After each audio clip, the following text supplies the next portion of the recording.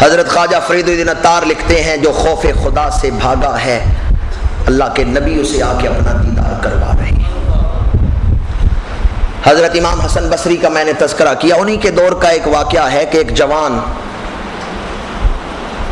بڑا گناہگار ہے، ماں اسے لے کے آئی حضرت امام حسن بصری کے پاس۔ امام حسن بصری رحمۃ اللہ تعالی علیہ نے اسے سمجھایا، شراب چھوڑ دو، گناہ چھوڑ دو، چند روزہ زندگی ہے، جوانی پہ فخر نہ کرو، اللہ سے ڈر جاؤ۔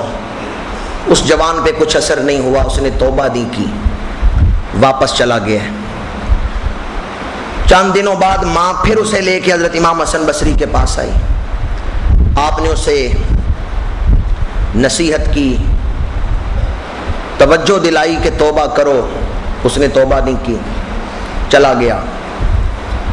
کچھ دنوں بعد اس کے دل میں خیال آیا کہ اللہ تعالیٰ نے کتنی نعمتیں میرے اوپر کی ہیں اور میں زندگی کس طرح گزار رہا ہوں، یہ جوانی ہمیشہ تو نہیں رہے گی۔ رومی کشمیر نے لکھا ہے صدا نہ باغی بلبل بولن، صدا نہ باغ بہاراں، صدا نہ ماپے حسن جوانی، صدا نہ صحبت۔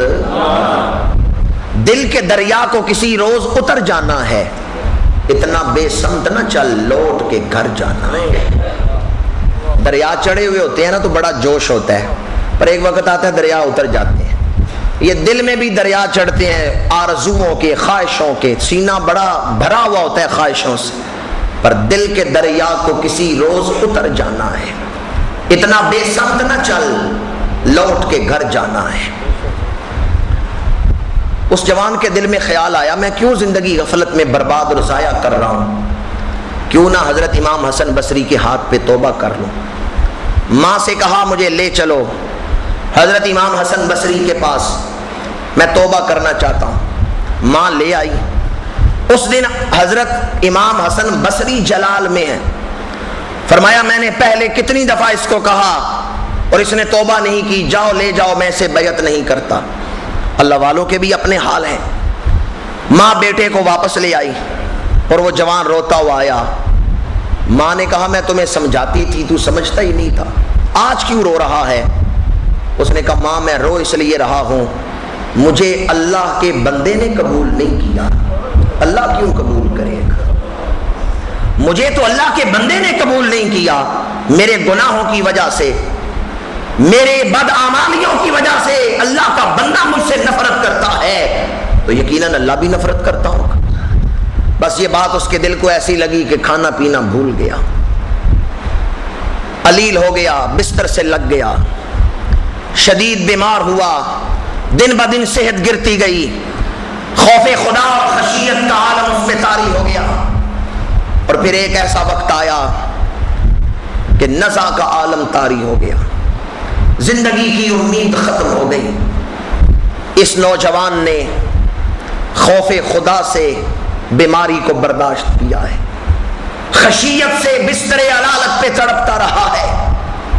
جب آج زندگی کا آخری دن آیا تو ماں کو بلا کے کہنے لگا شاید آج میری روح نکل جائے، مجھے آثار موت نظر آ رہے ہیں، پر میری ماں اگر میں مر جاؤں تو میری یہ خواہش پوری کرنا۔ ماں نے پوچھا بتاؤ کیا خواہش ہے؟ اس نے کہا جب میں مر جاؤں تو مجھے بستر سے زمین پہ گرا دینا،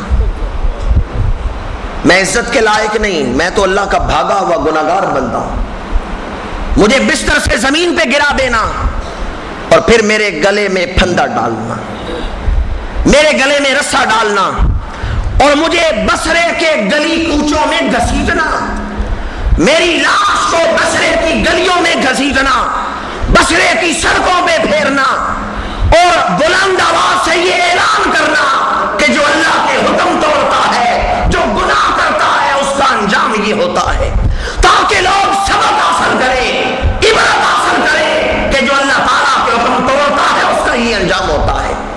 اور میری ماں پھر مجھے مسلمانوں کے قبرستان میں دفن نہ کرنا، کہیں میری وجہ سے مسلمانوں کے قبرستان پر عذاب نہ نازل، چونکہ میں عذاب کے لائق ہوں تو تو مسلمانوں کے قبرستان میں مجھے دفن کروگی تو میری آمد ان کے لیے کہیں نحوست کا باعث نہ بن جائے، عذاب کا باعث نہ بنے، مجھے مسلمانوں کے قبرستان میں نہ دفنانا، وہ تو شان والے ہیں، اہل ایمان ہیں، وہ تو بڑے مقام والے ہیں، اہل خوف ہیں، میری ماں مجھے کسی گڑھے میں ڈال دینا، مٹی ڈال دینا، ہاں ایک کرم کرنا کہ میری قبر بنا کے گڑھے میں ڈال کے مٹی ڈال کے تھوڑی دیر میری قبر کے اوپر کھڑی رہنا، میری قبر پر قدم رکھنا، میری قبر کے اوپر کھڑے ہونا۔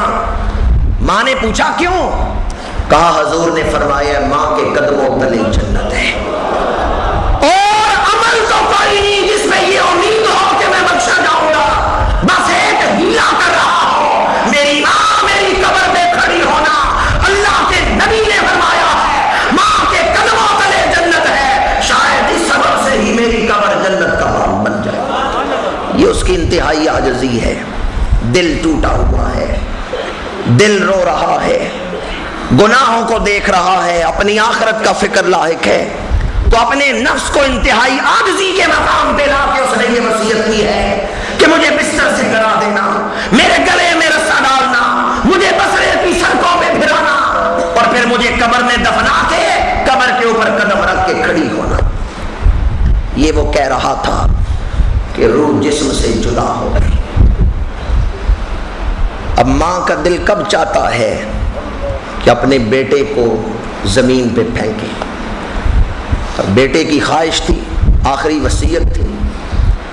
ماں اٹھی، چارپائی کے قریب گئی، میت کو ہاتھ رکھا ہے کہ اس کے دل میں القاء کیا گیا ہے بی بی رک جا، خاتون رک جا، اللہ کے دوستوں کے ساتھ ایسا سلوک نہیں کیا جاتا۔ حاطف غیب نے صدا دی، خاتون رک جا، اللہ کے ولیوں کے ساتھ اور دوستوں کے ساتھ ایسا سلوک نہیں کیا جاتا۔ پروردگار یہ تو گناہگار تھا، تیرا ولی کیسے بن گیا اور دوست کیسے بن گیا؟ فرمایا جب حسن بصری کی محفل سے واپس آ رہا تھا، اس کی آنکھوں سے آنسوؤں کی برسات لگی تھی اور یہ رو کے کہہ رہا تھا کہ اللہ کے بندے نے قبول نہیں کیا، مجھے اللہ کیوں کر قبول کرے گا؟ میں نے اسی وقت اس کے سارے گناہوں کو معاف کر دیا تھا، میری خشیت سے اس کا دل پسیج گیا تھا، میرے ڈر سے اس کا دل نرم ہو گیا تھا اور اس کی آنکھوں سے آنسو آ گئے تھے، میں نے اسی وقت بخش دیا تھا۔ اقبال نے اسی کا ترجمہ کیا، نہ بچا بچا کے تو رکھ سے، تیرا آئینہ ہے وہ آئینہ، جو شکستہ ہو تو عزیز تر ہے نگاہ آئینہ ساز میں۔ نہ جہاں میں مجھ کو اما ملی، جو اما ملی تو کہاں ملی، میرے جرم خانہ خراب کو تیرے عفو بندہ نواز میں۔ ایک گناہ میرا ماں پیو ویکھے تے منو دیوے دیس نکالا، لکھ گناہ میرا مالک ویکھے تے پردے پاون والا۔ اللہ تعالیٰ کی